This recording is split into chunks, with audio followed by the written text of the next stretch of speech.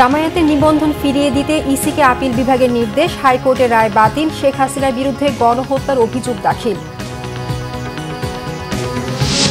2025-26 অর্থ বছরের বাজেট ঘোষণা কাল, থাকছে কর বাড়ানোর একগুচ্ছ প্রস্তাব, ঢালাও সুযোগ থাকবে না কালো টাকা সাদা করার। সিলেটের গোলাপগঞ্জে গভীর রাতে টিলা ধসে একই পরিবার 4 জন নিহত, 3 জনের লাশ উদ্ধার।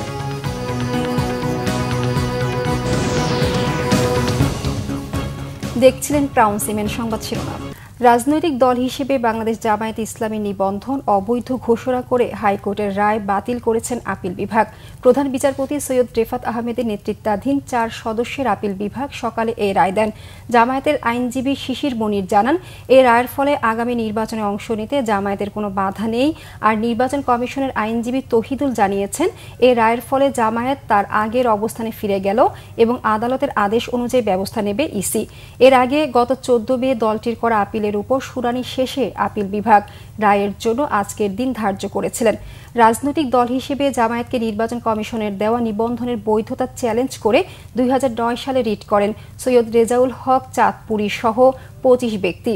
রিটের চূড়ান্ত শুনানি নিয়ে সংখ্যাগরিষ্ঠ মতের ভিত্তিতে জামায়াতের নিবন্ধন অবৈধ ঘোষণা করে 2013 সালের 1 আগস্ট রায় দেন হাইকোর্টের 3 সদস্যের বৃহত্তর বেঞ্চ।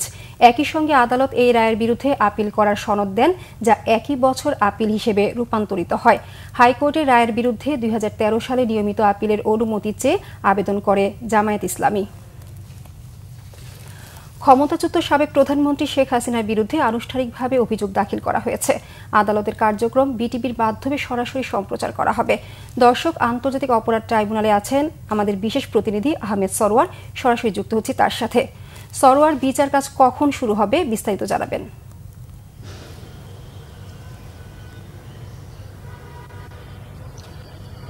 আজকে 12টায়, ঠিক 12টায় বিচার কাজ শুরু হওয়ার কথা। আমি যেহেতু বাইরে আছি, এখন আসলে বলতে পারছি না যে এরই মধ্যে শুরু হয়েছে কিনা। প্রধান 3 বিচারপতির যে বেঞ্চ আছে, আন্তর্জাতিক অপরাধ ট্রাইব্যুনালের চেয়ারম্যান, ওনার নেতৃত্বে 3 জনের বেঞ্চ আছে। এই বেঞ্চ ঠিক 12টায় শুরু হওয়ার কথা, তবে 2-1 মিনিট 2-4-5 মিনিট দেরি হয় উঠতে।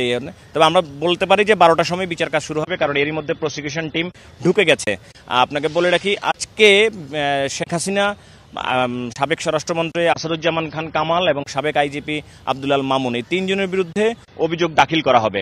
আজকে অভিযোগ দাখিল করার পর তাদের অভিযোগগুলো শোনার পরে আন্তর্জাতিক অপরাধ ট্রাইব্যুনাল যদি মনে করে যে অভিযোগগুলো সঠিক বা যথার্থ হয়েছে, তখনই তারা অভিযোগ গঠন করবেন এবং সেটা নিবে। তখনই আসলে ফর্মালি বিচার কাজ শুরু হবে। আজকে একটা বিচারের প্রক্রিয়ার শেষ ধাপ, মানে আজকে যে ট্রাইব্যুনালে দাখিল করা হবে, এরপরে যদি ট্রাইব্যুনাল গ্রহণ করে, এরপরে বিচার কাজ শুরু হয়ে যাবে।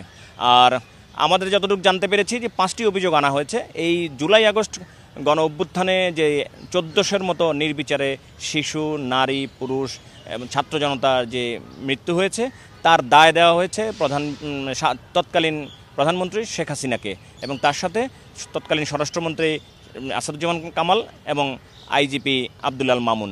তবে শেখ হাসিনা এবং আসাদুজ্জামান খান কামাল তো পলাতক রয়েছেন, এর মধ্যে শুধুমাত্র কারাগারে আছেন আইজিপি আব্দুল আল মামুন, যদিও তাকে আজকে ট্রাইব্যুনালে হাজির করা হয়নি।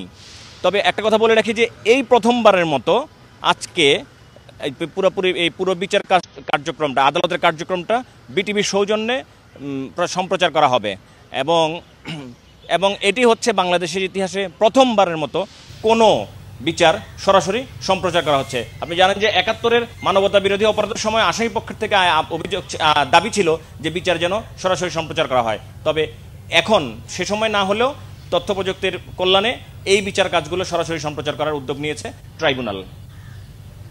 সরওয়ার, আপনাকে ধন্যবাদ। ইশরাক হোসেনকে মেয়র পদে শপথ পড়ানোর দাবিতে নগর ভবনের সামনে বিক্ষোভ করছেন ঢাকাবাসী। দর্শক, এই মুহূর্তে সেখানে আছেন সহকর্মী মুহিবুল্লাহ মুহিব, সরাসরি যুক্ত হচ্ছে তার সাথে। মুহিব, কর্মসূচির বিস্তারিত আমাদেরকে জানাবেন। হ্যাঁ রেখা, আপনি নিশ্চয়ই জানেন যে ইশরাক হোসেনকে ঢাকা দক্ষিণ সিটি কর্পোরেশনের মেয়র ঘোষণার দাবিতে যে চলমান আন্দোলন, সেটি কিন্তু আজকে রবিবারেও উত্তাল হয়ে আছে নগর ভবন। আপনি নিশ্চয়ই দেখতে পাচ্ছেন যে স্লোগানে স্লোগানে মুখর হয়ে আছে।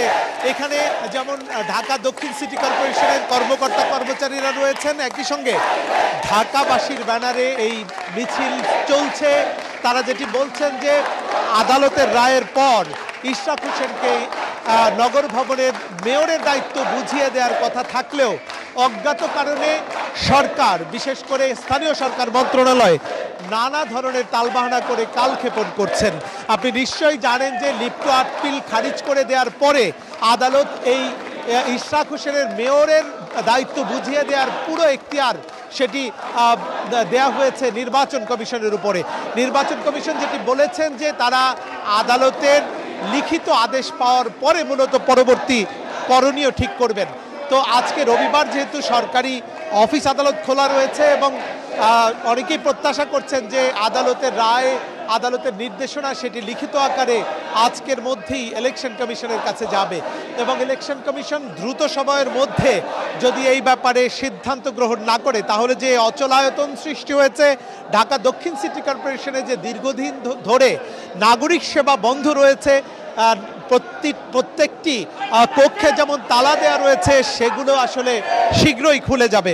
তবে এর একমাত্র উপায় হচ্ছে ইশরাক হোসেনকে মেয়রের দায়িত্ব বুঝিয়ে দেওয়া এবং এই বুঝিয়ে দেওয়ার যত কালক্ষেপণ হবে তত বেশি কিন্তু দুর্ভোগ বাড়বে, কারণ এই ইশরাক হোসেনকে মেয়রের দায়িত্ব। মুহিব, আপনাকে ধন্যবাদ। 2025-26 অর্থ বছরের বাজেট ঘোষণা করা হবে আগামীকাল।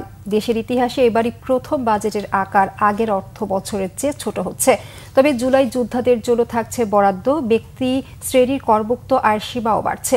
জ্বালানি খাতে থাকবে প্রয়োজনীয় ভর্তুকি। বাজেট নিয়ে বাংলাভিশনকে দেয়া সাক্ষাৎকারে এসব জানিয়েছেন অর্থ উপদেষ্টা ডক্টর সালেউদ্দিন আহমেদ। আরও জানাচ্ছেন গোলাম মঈনুল আহসান। 2 জুন 2025-26 অর্থ বছরের বাজেট পেশ করতে যাচ্ছেন অন্তর্বর্তী সরকারের অর্থ উপদেষ্টা ডক্টর সালেউদ্দিন আহমেদ। বাংলাভিশনকে দেওয়া সাক্ষাৎকারে অর্থ উপদেষ্টা জানিয়েছেন এবার বাজেট হবে বাস্তবতার নিরিখে।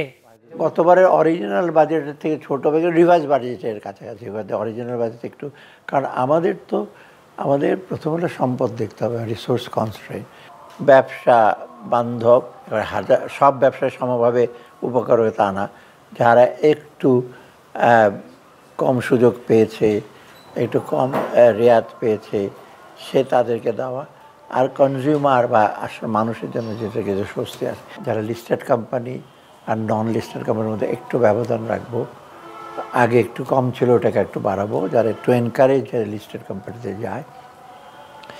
স্টক মার্কেটের জন্য আমরা ব্রোকার্সে যে কমিশনের উপর ট্যাক্স কমিয়ে দেবো, নাকি মিটিংয়ে আমি সেদিন বলেছি যত সম্ভব কম কনস্ট্রাকশনের দিকে যান। হাসপাতাল তৈরি করছেন, আপনার ডাক্তার নাই, যন্ত্রপাতি, এই নরসিংদী একটা বিরাট হাসপাতাল রয়েছে এখনও হ্যান্ড ওভার করতে পারছে না, বিকজ ডাক্তার নাই, যন্ত্রপাতি নাই। তো ওই হাসপাতাল মানে কয়শো কোটি টাকা খরচ করলেন। রংপুরে একটা মেডিকেল কলেজ হয়েছে হাসপাতাল, এইটা একই অবস্থা। সামাজিক নিরাপত্তা খাতে বরাদ্দ নিয়ে জানান অর্থ উপদেষ্টা। সোশ্যাল ভাতাটা কিছু বাড়াবো, খুব যে বাড়িয়ে দেবো তা না, তা মার্জিনাল হলে আমরা বাড়াচ্ছি। বয়স্ক ভাতা, বিধবা ভাতা, দুস্থ ভাতা, তারপরে ফিজিক্যালি চ্যালেঞ্জ অনেকগুলি ভাতা আছে না সোশ্যাল ওয়েলফেয়ার, সেগুলো আমরা বাড়িয়ে দিচ্ছি। এখানে আবার আমাদের জুলাই আন্দোলনে যারা এসে আছে তাদের একটা বিরাট এসে লাগবে, অলরেডি স্যাংশন দিয়েছি, তাদের রিহ্যাবিলিটেশনের ব্যাপার আছে, কারণ অনেকের আছে একেবারে পঙ্গুরাই পারবে না, এটার ব্যাপার আমরা কিছু রাখছি। এবারও করমুক্ত আয় সীমা বাড়ানোর জোর দাবি আছে। অর্থ উপদেষ্টাও সে দাবিকে যৌক্তিক মনে করেন।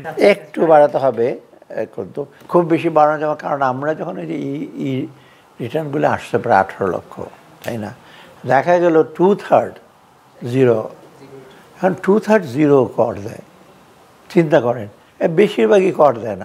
কার 3.5 লক্ষ টাকা নাই?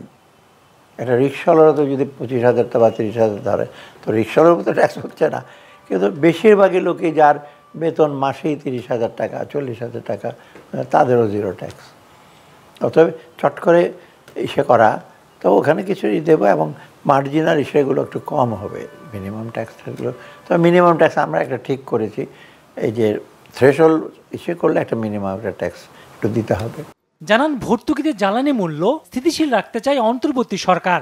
চট করে জ্বালানির দাম বাড়াবার আমাদের প্ল্যান নাই, এর মধ্যে আমরা চেষ্টা করব যারা রেঞ্জে আনে বেশি দামে সেটাকে যেন সাশ্রয় দিতে পারে। ওখানে বিরাট একটা সাবসিডি লাগে, ইনফ্যাক্ট জ্বালানির সাবসিডি সবচেয়ে বেশি।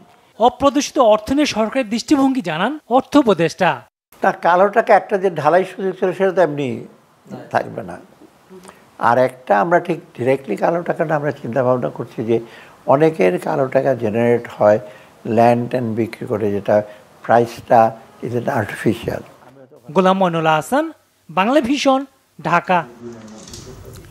সিলেটে গভীর রাতে টিলা ধসে একই পরিবারের 4 জন নিহত হয়েছেন। নিহতরা হলেন রিয়াজ উদ্দিন, তার স্ত্রী রহিমা বেগম, তাদের 2 সন্তান সামিয়া খাতুন ও আব্বাস উদ্দিন। স্থানীয় ইউনিয়ন পরিষদের চেয়ারম্যান খলকুর রহমান জানান, কয়েকদিন ধরেই গোলাপগঞ্জে ভারী বৃষ্টিপাত হচ্ছে।